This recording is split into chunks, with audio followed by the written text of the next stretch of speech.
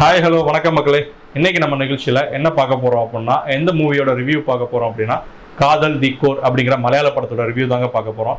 இந்த மலையாள படத்தில் வந்து பார்த்தீங்கன்னா மம்முட்டி மற்றும் ஜோதிகா 2 பேரும் நடிச்சிருக்காங்க. இந்த படம் தமிழ்லையும் OTTல இருக்குது, கண்டிப்பாக பாருங்கள். இப்போ நம்ம அந்த மூவியோட ரிவ்யூ பாருங்கள்.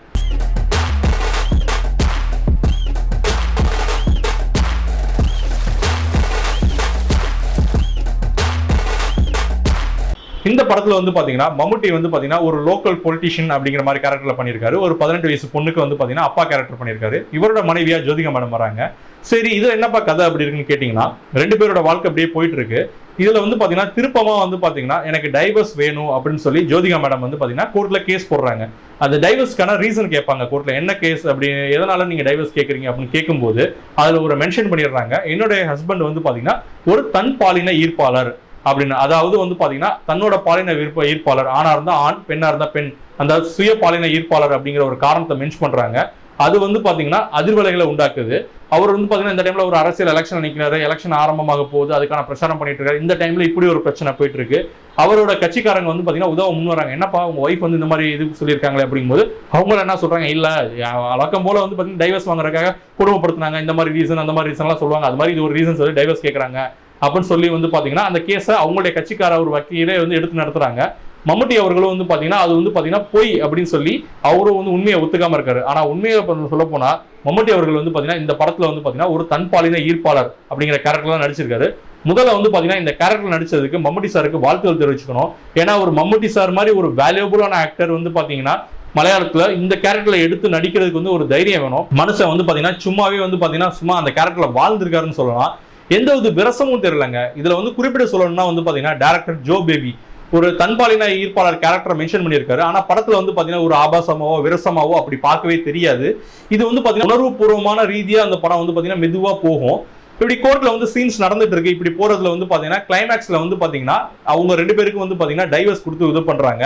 அது எப்படி வந்து அவங்க வந்து இவர் கணவர் வந்து தன்பாலின ஈர்ப்பாளர் அப்படின்னு சொல்லி அவங்க வந்து மென்ஷன் பண்றாங்க, எப்படி அவருக்கு டைவர்ஸ் கிடைக்கிறதுங்கிறதான் படத்தை கொண்டு போறாங்க.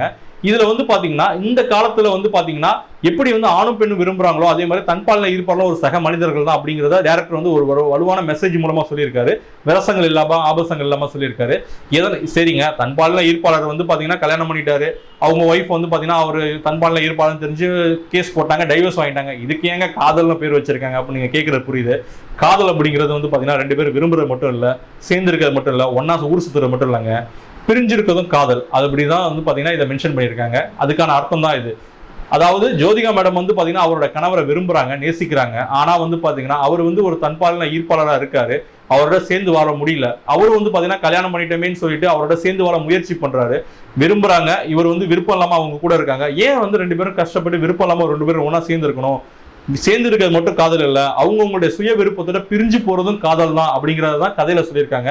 அதுக்காக தான் இந்த படத்துக்கு காதல் அப்படின்னு பேர் வச்சிருக்காங்க. ஒரு பக்கம் வந்து பாத்தீங்கன்னா மம்முட்டி சார் வந்து பாத்தீங்கன்னா இந்த தன்பாலின ஈர்ப்பாளர் கேரக்டர்ல வந்து பாத்தீங்கன்னா நடிச்சிருக்காரு அப்படின்னா அதுக்கு சலைச்சவங்க மட்டும் இல்லைங்க, ஜோதிகா மேடமும் அவங்களும் வந்து பாத்தீங்கன்னா ஒரு நடுத்தர வயது பெண்மணி ஒரு அம்மா கேரக்டர்ல வந்து பாத்தீங்கன்னா அந்த தவிப்பு முகத்தில் தெரியுது. தன் கணவன் வந்து பாத்தீங்கன்னா இந்த மாதிரி இதா இருக்காங்க, பட் அவரோட சேர்ந்து வாழ முடியல, இவர் வந்துட்டாரு அப்படிங்கிற ஒரு சுச்சுவேஷன்ல அந்த ஒரு முகத்துல அந்த பிரதிபலிப்பு தெரியுது, ஒரு சோகம் தெரியுது. இப்படி வாழ்க்கை நம்ம இருக்கு.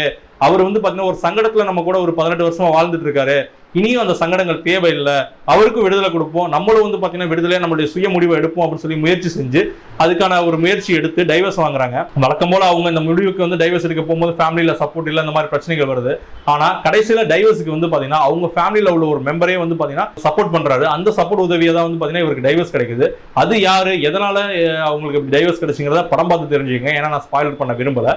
இது போன்ற படங்களோட ரிவ்யூ நீங்க பார்க்க விரும்புனீங்கன்னா எங்களுடைய STV திருச்சி அப்படிங்கிற யூடியூப் சேனலை சப்ஸ்கிரைப் பண்ணுங்க. இந்த வீடியோ உங்களுக்கு பிடிச்சிருந்தா லைக் பண்ணுங்க, கமெண்ட் பண்ணுங்க, ஷேர் பண்ணுங்க. நன்றி, வணக்கம்.